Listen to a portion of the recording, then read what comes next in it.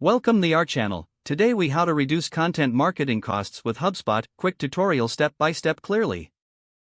To reduce content marketing costs using HubSpot, start by familiarizing yourself with the platform. Log in to your HubSpot account. Navigate to the Marketing tab in the dashboard. Select the Content Strategy option from the drop-down. Identify your target audience by using HubSpot's persona templates. Create detailed buyer personas to guide your content creation. Utilize HubSpot's keyword tool to find cost-effective content topics. Research low-cost keywords that align with your audience's interests. Plan your content calendar using HubSpot's editorial calendar tool.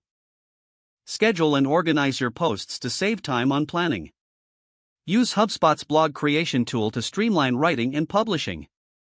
Incorporate built-in SEO recommendations to improve organic reach.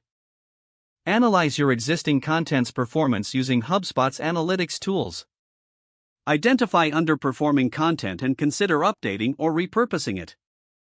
Leverage HubSpot's automation features to streamline social media sharing. Connect your social media accounts to automate post distribution.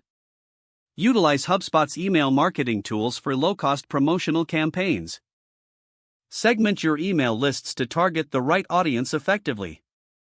Monitor engagement metrics to determine what content resonates best. Use this data to optimize future content and reduce waste. Explore HubSpot's content management capabilities to reduce external costs. Train your team to maximize the use of HubSpot's built-in features. Consider utilizing HubSpot's free resources and templates for additional savings. Regularly review your marketing budget to identify areas for further reduction.